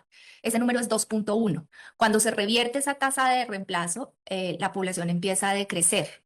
En Colombia, en China, ese proceso de reversión de la tasa de reemplazo tomó 50 años. En Corea del Sur tomó 19 y en Colombia tomó 14. O sea, aquí está llegando muy rápidamente. El decrecimiento de la población está ocurriendo en picada. Y yo creo que parte del problema es lo que tú planteas. No lo estamos viendo como una oportunidad, sino como un problema. Es decir, aquí la gente, las mujeres después de los 57 y los hombres después de los 62, ya pensamos que tenemos que retirarnos y resulta que somos la población que más consume, más ahorra y que tiene una experiencia enorme acumulada para contribuir a la sociedad. Creo que hay que cambiar la forma en la que percibimos, entendemos y nos relacionamos con las personas mayores de 60, porque además es el segmento de mercado que más rápidamente crece a nivel global, crece 3 veces más rápidamente que cualquier otro. Entonces lo que hay es una oportunidad y un motor impresionante para la economía y también a nivel social y cultural, en la experiencia acumulada en las personas mayores de 60. Bueno, y estamos hablando precisamente con Ángela Suárez Álvarez, presidenta de iConversation o iConversación. Bueno, Instituto de la Conversación. Instituto de la Conversación. Ángela, ¿por qué una mujer tan joven, bueno, eso necesitaríamos nosotros más, se interesa en nosotros los viejitos? Pues primero, no soy tan joven, ¿No? la cámara ayuda, pero segundo, pues para allá vamos todos. Es que la edad es algo que no se nos va, que no se le escapa a nadie. Entonces, en estos días hablando justamente para la preparación del Congreso con la directora LATAM de la Caja de Bancos Alemana Sparkassen, que va a estar, nos decía, uno tiene que regar el jardín por el que va a pasar. Me pareció una frase muy bonita porque realmente es algo que nos va a tocar vivir a todos y es algo que ya de alguna manera nos está tocando a todos, con nuestros papás, con nuestros abuelos, con nuestros vecinos, con nuestros amigos. Em, Cada vez hay más personas mayores de 60 y hay que buscar la manera en que esas personas sigan contribuyendo a la sociedad significativamente y sigan sintiendo que contribuyen a la sociedad significativamente. Otro enorme problema de las personas mayores de 60 es la soledad no deseada, que la Organización Mundial de la Salud ha declarado como una pandemia. Las personas mayores de 60 que sufren de soledad no deseada, por ejemplo, son el 43% más propensas a sufrir de accidentes cardiovasculares o el 29% más propensas a sufrir de infartos. Y es el 62% de todos los casos de ansiedad y depresión en ese segmento de la población. Entonces, realmente hay consecuencias alarmantes si no nos preocupamos por tener este tipo de conversaciones ya y que esas conversaciones se traduzcan en política pública y en oferta de bienes y servicios para el bienestar en la longevidad. Bueno, Ángela, ese banco al que me hizo referencia es un banco que es especialmente activo en este tema y yo nunca lo había oído mencionar. ¿Alguna aclaración sobre eso? Pues porque aquí veo a socios ideales con subsidio, Positiva, Acción Fiduciaria, la Fundación Saldarriaga Concha, que es bien conocida, Bancien, pero este banco, ¿en qué consiste? Realmente sí, tenemos una sección muy interesante en el Congreso que se llama Finanzas Plateadas. Ahí va a abrir la directora de la Banca de Oportunidades. Ella misma nos decía que es un tema también, es una conversación incipiente en el sector financiero, pero ellos ya tienen una línea de finanzas plateadas y acaban de sacar una guía para todos los bancos de inclusión de personas mayores. Entonces, Paola Arias va a estar socializando esa guía y además hablando de un estudio que hizo Banca de Oportunidades sobre los sesgos, para identificar sesgos de 200 asesores bancarios en 200 municipios del país con diferentes bancos en la atención a personas mayores y cómo esos sesgos constituyen barreras de atención. Y después de eso tenemos un panel en donde hay varios participantes. Va a estar Bancien, como tú lo mencionaste, va a estar el presidente de Banco Caja Social, Diego Prieto, va a estar también Sparkensen, que es una caja de bancos alemana que ha hecho un esfuerzo muy decidido, incluso a nivel LATAM, a nivel regional, por acompañar a los bancos en sus procesos de inclusión de personas mayores, como por acercar y adaptar los servicios bancarios para al final del día al final del día garantizar bienestar en la longevidad, porque el bienestar financiero también se traduce en bienestar integral. Y va a estar también la CAF, entonces creemos que va a ser, y va a estar también la directora de crédito con subsidio. Va a ser una conversación muy interesante. Es un sector, pues si uno mira en detalle todos los sectores, digamos, requieren de unos ajustes muy profundos, pero en este sector en particular están pensándose como en una reestructuración para poder ponerse al día con las necesidades y los intereses de las personas mayores de 60. Falta mucho camino, pero también se han hecho cosas muy interesantes que nos van a estar contando durante el Congreso estos panelistas. Bueno, Ángela, aquí me llega pregunta de otro de los de mi caterna. Dice, otro viejito como yo a título de parroquiano puede asistir, ¿cómo? ¿Tiene un costo? Y dice, espérennos allá porque también van a ir Falcao, Rodallega, Messi, Ronaldo, todos van a estar por allá. ¿Cómo es el asunto? Y la nueva invitación 18 y 19 de marzo. Fantástico, allá los esperamos. Puede ir cualquier persona. Tenemos, de hecho, muchas personas mayores de 50 inscritas. Hay un link que puedo mandar al chat de esta reunión y no sé cómo lo podemos socializar, pero cualquier persona puede entrar a inscribirse y la inscripción es gratuita. De inmediato lo socializamos. Kiara. Pues muchísimas gracias a Ángela Suárez por acompañarnos estos minutos y por compartir detalles de lo que va a ser este Congreso Empresarial de Economía Plateada. Son las 7 de la mañana, 45 minutos. Vamos a conocer a esta hora, don Héctor y oyentes, cuál es el pronóstico de primera página para el comportamiento que tendría el dólar hoy durante esta jornada. Se espera que la volatilidad estimada sea de 70 pesos y que el dólar navegue entre un mínimo de 3.680 pesos y un máximo de 3.750 pesos. Esto ante las peticiones de subsidio por desempleo de Estados Unidos, que ya lo revelábamos el dato que salió, y este pronóstico es el que plantea, el que proyecta el asesor en el área cambiaria Mauricio Zúñiga. Varios aspectos allí que tiene en cuenta don Mauricio. Por ejemplo, para el caso de Colombia, asegura que estamos blindados y el peso, extrañamente, parece estar anestesiado. 7 de la mañana, 46 minutos. Vamos a conocer cómo se ha comportado el mercado bursátil en las últimas horas con don Edgar Leighton. En Primera Página Radio, las acciones de Colombia.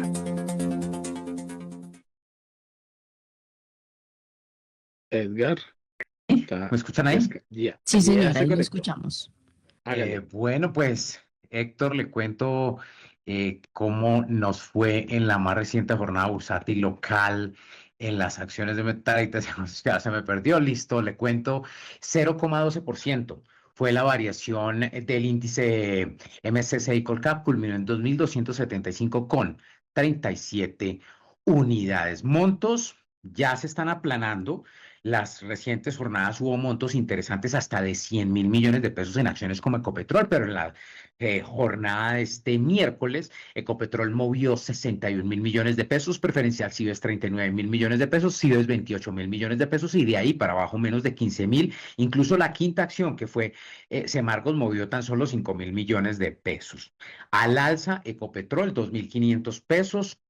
Tras un repunte del 4,17%, con Concreto avanzó 2,38%, 430 pesos, y Grupo Bolívar sumó 2,11% a 91.800 pesos. En negativo, ETB, que poco se mueve, está en 50 pesos, retrocedió 9,09%, muchas veces son montos pequeñitos. Pay restó 1,47% a 67.000 pesos y preferencial Cibes disminuyó 1,26% a 64.480 pesos. Mercado global colombiano sigue marcando, como en las recientes jornadas, un monto interesante para hacer mercado global colombiano. Nu movió 4.493 millones de pesos, Nike 2.592 millones de pesos, y de ahí para abajo otros títulos ETF o activos con 2.000 millones de pesos, 800, 700 millones de pesos. Son las 7:48 de la mañana y pendientes si sigo con el resto de noticias de las empresas que cotizan. Oiga, deme un segundito, sí, porque he tenido a...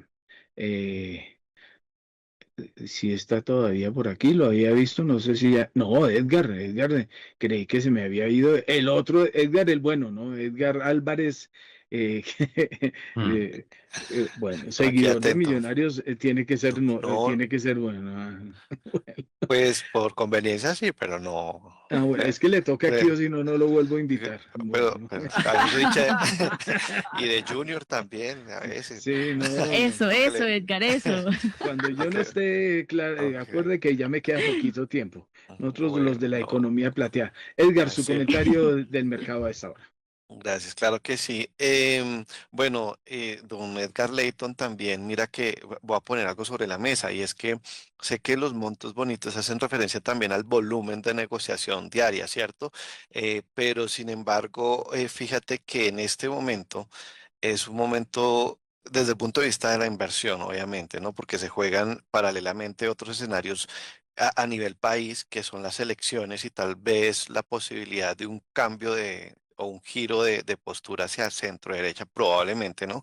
Nada fijo. También lo que está pasando en términos de la guerra, pero si nos vamos al escenario inversionista, es un momento interesante porque los volúmenes que se van menguando o volúmenes más estables permiten también ver un poco cómo se están comportando las empresas en su esencia y en su valoración.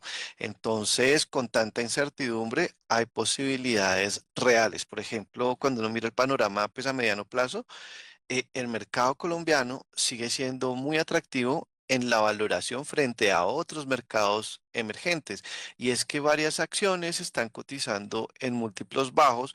Aquí no se trata de decir nombres, pero lo cierto es que hay reconfiguraciones importantes y esta volatilidad y esta incertidumbre del MSCI Colcap que pasa de 2.400 en un momento dado semanas anteriores y ahorita en 2.260 y pedazo, que es como lo que tengo ahí en el radar, implica una resistencia y un piso muy interesante para poder concentrarnos en resultados empresariales que han estado muy atentos ustedes y en los informes de gestión que muestran reconfiguraciones no solamente de los ratios, no solamente del valor intrínseco, sino también de una posibilidad de crecimiento importante y utilidades que a pesar de una situación que no tiene ahora grandes perspectivas de crecimiento económico como las esperadas debido al impacto del déficit fiscal y el endeudamiento país, lo cierto es que hay empresas que lo están haciendo muy bien y que están infravaloradas, entonces hay que echarle como ojo a eso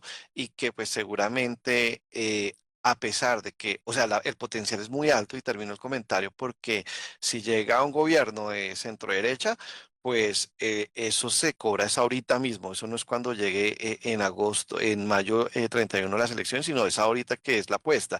Y si se perpetuara, digamos que la postura política de izquierda, la caída no es tan grave, dado el antecedente histórico que la bolsa fue muy resiliente en ese marco.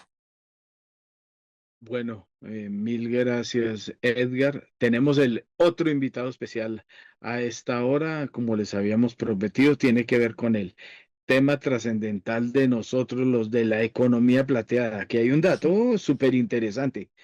El 23,8% de los propietarios de empresas con registro mercantil de Bogotá tiene 60 años o más, o sea que también son viejitas las empresas. Entonces, no despectivamente, ya vimos que el 14,7% de la población colombiana tiene más de 60 años y ahora hablamos con el presidente bienvenido de la Cámara de Comercio de Bogotá, Ovidio Claros, y cómo fue el lanzamiento de Bogotá como nuevo clúster de la economía plateada. Bienvenido, Ovidio.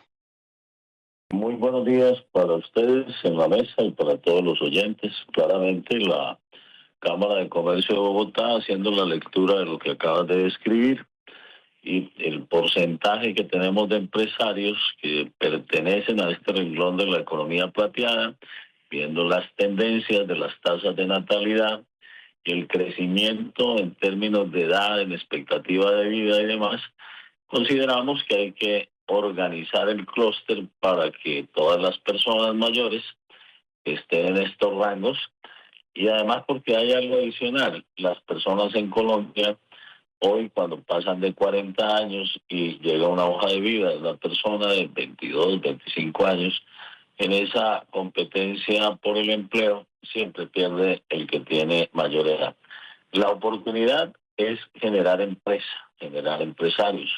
Por eso la Cámara de Comercio apunta hacia el clúster de la economía plateada, el clúster de la longevidad, el clúster de los mayores, y aquí vamos a generar sinergias con 19 clústeres adicionales que tenemos nosotros en los diferentes sectores de la economía nacional, con énfasis en Bogotá y en la región, entiéndase, el departamento de Cundinamarca.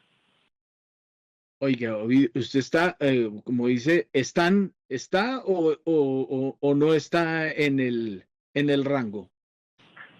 No, yo ya estoy, pero completamente metido en el rango. Ah, bueno, entonces estamos, entonces como tercerizó, pero bueno, estamos, es que hablemos de lo que es. Oiga, más de 1.100 empresas, ¿y qué beneficio puede tener? Yo, por ejemplo, que estoy afiliado a la Cámara, o con nuestra empresa estamos en la Cámara de Comercio de Bogotá, ¿qué beneficio tengo si tengo más de 60 años? Todas las ofertas que tiene la Cámara de Comercio, si yo tengo una idea o tengo ya un emprendimiento o tengo una empresa, pues vamos a los renglones de fortalecimiento, a los renglones de sostenibilidad, a todos los programas que hace la Cámara de Comercio, a las asesorías, a las mentorías, a las fuentes de internacionalización también, como se han beneficiado muchos sectores de la economía permanentemente a través de la Cámara de Comercio, llevando sus productos al exterior o recibiendo acá en las mesas cuando hacemos nosotros nuestras actividades internas, para que reciban empresarios de los diferentes sitios del mundo. Mucha actividad. La Cámara de Comercio es una entidad que se mueve 24/7 permanentemente en todas estas sinergias con todos los clústeres que tenemos en Cámara de Comercio. Oiga, veo aquí pues el especial énfasis en macrosectores como salud y bienestar y de todo, pero el aporte clave de nosotros, los de más de 60, es experiencia empresarial, nada menos, ¿o me equivoco? Claro, es que nos acostumbramos a despreciar a muchas personas por el rango de edad que tengan. Y tú ves como en Oriente todo lo contrario, y cómo han progresado todos estos pueblos, porque no desprecian la longevidad, sino que lo generan como un instrumento adicional para que el desarrollo empresarial acorte caminos y tenga una mayor productividad. En esos renglones entramos, en esos renglones estamos, y lógicamente acá lo que hacemos es mirar que la experiencia tiene un valor inmenso y que acorta caminos para aquellos que no la tienen, y que lógicamente en las mentorías juega mucho el factor experiencia. Así es. Oiga, esas 1.100 empresas, ¿cuántos empleados, qué sectores fuera del de salud y bienestar o toda la amplia gama de todos los demás sectores? No, aquí son todos los sectores. Nosotros lo que hacemos es una interactividad entre los diferentes clústeres. Como te decía, este es el número 20 de los. Ya cerramos la actividad clúster y ya nos concentramos a generar eso, que es interactuar entre el clúster PIVA, por ejemplo, que es el de los animales domésticos, y qué tipo de actividades pueden hacer los que están en el clúster de la economía plateada. Y ahí son muchas las actividades que se pueden desprender. El clúster del deporte, que también ha sido pues uno de los de reciente creación, y efectivamente también son muchas las actividades que hay. Uno oye hablar de deporte, pues que el deporte maneja un rango de la economía muy fuerte y es un 3% dentro del Producto Interno Bruto. Entonces mueve una gran capacidad financiera y todas las sinergias que se dan alrededor de lo que es el deporte. Entonces ahí podemos meter también muchos que puedan nacer a la vida empresarial atendiendo necesidades de este clúster. Y así sucesivamente, clúster del agua, bueno, el clúster del turismo y sucesivamente. Son muchos. Pues bien, presidente, muchas gracias por acompañarnos estos minutos en Primera Página para contar estas buenas nuevas relacionadas con el clúster de economía plateada que lanzó ayer la Cámara de Comercio de Bogotá. Muy amable. A ustedes, muy buen día. Bueno, hablando de Cuchenials, Edgar, ¿alguna noticia antes de irnos al toque de las 8? Edgar Leighton. Bueno, parece que no lo tenemos. Bueno, entonces hagamos la conexión de las 8 y vamos con nuestros analistas para no dejarlos colgados, Nelson y Edgar Álvarez. Al regreso vamos con ellos.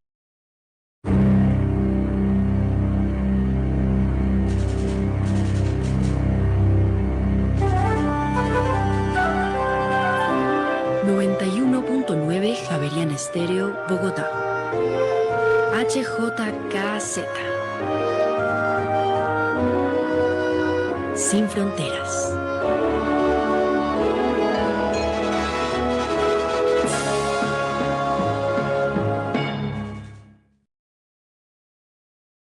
Regreso. Ya estamos listos, Héctor. Tenía un problema de conexión. Sí, no solo ese problema. Oye, Edgar, venga, deme un segundito porque hoy desconocí a Támara. Támara, la noticia clave macro del día, y ya regreso con Edgar con las noticias que tienen lista de una vez. Hágale, don Daniel Támara. Así es, Héctor Mario. Bueno, la noticia clave, la presentación del plan financiero, de la actualización del plan financiero, después, digamos, de tanta espera, y de todas maneras, pues, aclarar de que, pues, fue presentado casi que anticipadamente por Primera Página. Revelamos hace 2 días cómo estaba compuesta en las proyecciones macroeconómicas, con crecimiento del PIB de 2,6%, inflación de 5,8%, déficits que se mantenían en 5,1% del PIB y 2,1% del PIB, 5,1% del PIB para el total, 2,1% del PIB para el primario, que esto se mantenía con relación a lo que nos había presentado Crédito Público a comienzos de febrero. Y pues obviamente todo en materia de financiamiento no se presentó un cuadro tan detallado como se venía presentando, pero se confirma también que se mantenía la expectativa de colocaciones de TES de 85,25 billones de pesos, de los cuales pues la gran mayoría va a ser por subasta, cerca de 60 billones de pesos, y ya aumenta el ítem obviamente de las convenidas con las entidades públicas, que ya a la fecha pues suman cerca de 14,67 billones de pesos. Bueno, a la fecha me refiero al corte de febrero. Entonces, pues, Héctor Mario, la noticia pues relevante es esta: se presenta la actualización del plan financiero, se anuncia o se proyecta un fuerte ajuste fiscal, Recordemos que el déficit total cerró en 6,4% del PIB en 2025, se espera que baje a 5,1% del PIB este año, y el déficit primario cerró en 3,5% del PIB. Se asume que va a bajar a 2,1% del PIB este año, o sea, son ajustes, digamos, casi inéditos en la historia fiscal de Colombia. Y fuera de eso, digamos que incluyen el supuesto de que debería haber un recorte en el gasto superior a los 30 billones de pesos. Entonces habrá que ver, bueno, si eso se materializa, y dos, si la expectativa de ingresos, la meta de recaudo neto se estableció en 290 billones de pesos. Esto es una cifra inferior a la que se había proyectado en el presupuesto de la Nación cuando se preveían ingresos para este año por el frente tributario del orden de los 316 billones de pesos. Entonces, una revisión significativa a la baja en esos ingresos tributarios se presentaron en el plan financiero, y también se redujo un poco la expectativa de gasto primario, casi que en la misma magnitud, con una estimación para este año de 363 billones de pesos, incluso inferior al gasto primario observado el año pasado, que superó los 370 billones de pesos. Entonces, sector Mario, esto es un resumen general de lo que se presentó en la actualización del plan financiero. Así es. Oiga, don Nelson Vera, ¿cómo le pareció? Como se preveía, al menos esa es la triste realidad de las cifras, y lo que decía Daniel Támara, no está como muy especificado porque prefieren darnos muchas cifras, ¿o cómo la ve Nelson y su comentario de esta hora? Yo me reitero en mi conclusión, Héctor Mario, en que lo verdaderamente nuevo es poco. Entonces, lo primero es, mire, es poco creíble que usted pueda pasar de un déficit primario de 3,5% del PIB, otra vez récord histórico por fuera de fuertes recesiones, a una meta de déficit primario de 2 puntos del PIB en el año 2026.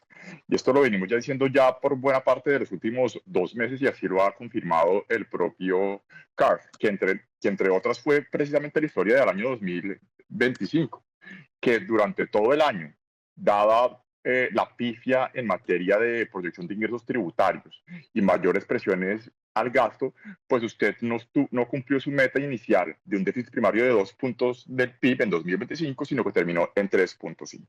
Pues estamos otra vez en el mismo expediente. No luce como en porcentaje del PIB usted va a estar pudiendo bajar en casi 2 puntos del PIB el gasto total. Entonces, eso es lo primero. Lo segundo, y también es un poco la misma historia del año 2025, es, mire, si usted se devuelve a los gastos en interés que nos presentaron en el marco fiscal de mediano plazo del año 2025, era un nivel, digamos la palabra otra vez, estrambótico, cercano a 4,7, 4,8% del PIB. Dado los manejos de deuda y las operaciones de canje que hizo Crédito Público, eso se redujo de manera transitoria, y subrayo transitoria, a algo cercano a 3 puntos del PIB, y por eso usted tuvo un déficit total cercano a 6 puntos del PIB y no al 7,5. Que eso se pueda repetir indefinidamente otra vez en el año 2026 y de allí para adelante, pues eso es altamente improbable. Y esto, le repito, lo fundamental de la trayectoria fiscal es siempre el balance primario y la trayectoria de la deuda, y allí estamos mal. 3,5 y con pocas oportunidades de reducirlo en el balance primario, y un stock de deuda bruta, que es la que genera intereses, no la neta, la que genera intereses es la deuda bruta, cercana a 65 puntos del PIB. Y el tercer punto, que también hemos venido replicando probablemente durante el último año y medio, es que no es solo lo preocupante de las cifras en el abstracto, déficit del 7,5 o del 6 en el total, déficit primario del 3,5, no, es que la institucionalidad fiscal que había venido creando Colombia durante más de las últimas 2 décadas, después de la crisis del año 99, ley 863 del año 2003, ley de responsabilidad fiscal, comenzamos a sacar los marcos fiscales de mediano plazo, cómo se relacionan conceptualmente las discusiones de presupuesto con ese marco fiscal de mediano plazo. La primera regla fiscal por la ley en el año 2010, los cambios que se tuvo incluyendo el techo de la deuda en el año 2022 y un gran etcétera, pues esa institucionalidad fiscal también sale gravemente debilitada después de estos 4 años. Tenemos una deuda, una regla fiscal, pues que está para todos propósitos muerta porque no tiene credibilidad después de los 2 incumplimientos y de la espuria cláusula de escape que se dio el año pasado. Entonces, son 3 puntos muy complicados. Primero, daños a la institucionalidad fiscal. Segundo, pues las cifras mismas que son en un nivel récord. Y yo diría el tercero, y con esto termino, es un poco de ruido, y en esto sí han contribuido incluso muchos economistas con estudios superiores, algunos con PhD a la gritería en redes sociales. La situación fiscal es la suficientemente grave y alarmante y desafiante para la entrante administración para que estemos perdidos en el ruido de si no entendemos que parte de las comparaciones en porcentaje del PIB obedecen al efecto de los cambios en los pesos nominales y parte de eso obedece a comparaciones diferentes en el PIB nominal. Ahí perdónenme, pero incluso mis colegas economistas que salieron a hacer ayer combinatorios y redes sociales están totalmente errados. Uno siempre sabe que cuando compara porcentajes del PIB de un año a otro o incluso en el mismo año con diferentes proyecciones del PIB nominal, pues uno tiene que saber que subyacentemente está con 2 efectos encontrados. Yo creo que ahí no hay nada raro. Salieron a decir que estaban maquillando y un poco de, perdónenme, de ruido. Yo ya estoy esperando las próximas columnas de la silla vacía, ¿no? Porque el expediente siempre es el mismo. Pataleta en Twitter y a los 2 días columna un poco afanada en la silla vacía. Y la claridad conceptual de eso, incluso de economistas, creo que no estamos dándole la adecuada profundidad conceptual a las cosas. Entonces yo diría que esos 3 puntos me preocupan y yo reitero que las magnitudes del desafío fiscales son probablemente el principal desafío que tiene Colombia en la preservación o la recuperación de estabilidad macro en el próximo cuatrienio. Gracias, don Nelson. Bueno, 1 minuto cada uno. Última hora, Laura, Gabriel y Mentan reportan en este momento. Héctor, así es, pues el ministro de Minas y Energía, Edwin Palma, anunció que el precio de la gasolina va a volver a subir en Colombia. Recordemos que en marzo bajó 500 pesos, en febrero otros 500, pero ahora por la situación de Medio Oriente, el ministro aseguró que afectó el plan del gobierno de continuar con las reducciones en el precio del combustible y que en las próximas semanas, junto con el Ministerio de Hacienda, pues van a revisar cuál será la medida que se aplicará en abril. Populismo insostenible, era obvio. Edgar Leyton, 2 noticas rapiditas, no, sin asambleas, porfa. Don Héctor, sin asambleas, obviamente. La Bolsa de Valores de Colombia anunció en las recientes horas la inscripción de 8 ETF de ARK Investment Management en el mercado global colombiano y empiezan a negociarse este 12 de marzo. Estaremos presentes allí en este evento que empieza a las 9:30 de la mañana, o sea, a las 10. Entre tanto, o tirando a las 11. O tirando a las 11, sí. Movimiento en la Junta Directiva de Titularizadora Colombiana, Gerardo Hernández, presidente del Grupo Aval, banquero, se va de la Junta Directiva de Titularizadora. Todo Pero esto... no es presidente del Grupo Aval, es presidente de AVE Villas. De AVE Villas, perdón, AVE Villas, sí señor, Gerardo Hernández, presidente de AVE Villas, ya lo estaba poniendo más arriba. Sí, imagínense que sepa Sarmiento. Muy bien. Toda esta decisión se va a consolidar el 27 de marzo. No, de resto, pues calificaciones. Ayer empezaron a salir muchas calificaciones, gases de Occidente, entonces las pueden consultar en primerapagina.com. Exactamente. Rolando Lozano.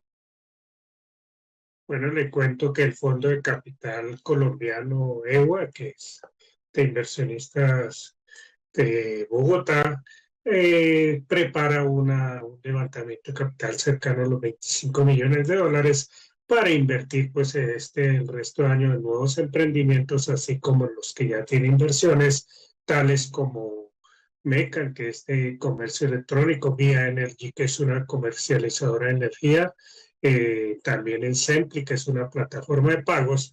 Entonces, los nuevos recursos provenientes de inversionistas institucionales aumentarán pues, la oferta y la disponibilidad de recursos para lo que se denomina fondos de capital privado en Colombia. Gracias, don Rolando. William Varela, la captura, no propaganda de vicepresidentes que nunca van a ser vicepresidentes ni de la casa. Hágale. Hola Héctor, efectivamente, le cuento, el Congreso de la República arranca sesiones el próximo martes 17, proyectos que no han podido salir, el proyecto de criptomonedas se quedó, en estos 4 meses podrá tener otro debate, pero no sale, el proyecto de reforma a la salud del gobierno tampoco va a salir, van a tratar de abordar el proyecto de Habeas Data, hay un proyecto para regularización de deudas de los morosos de la DIAN, le faltan 3 debates. En estos 4 meses se van a dedicar es a darle las oficinas a los nuevos parlamentarios, a darle camionetas y sus escoltas, porque definitivamente en estos 4 meses lo que no hicieron en 4 años no lo vamos a ver. Y la noticia de la mañana, se la dejo ahí, mire, no ha salido la boleta de captura para los 2 congresistas que fueron imputados en la Comisión Interparlamentaria de Crédito Público. ¿Qué son quiénes? Guadí Mansur y Karen Manrique. Faltan las boletas de captura. Que salieron electos, ¿no? O sea, es ese desgaste, sí, porque además es silla vacía, ¿no? O sea, ellos no van a ir al Congreso, entonces perdieron esos 2 partidos la oportunidad de tener otro congresista.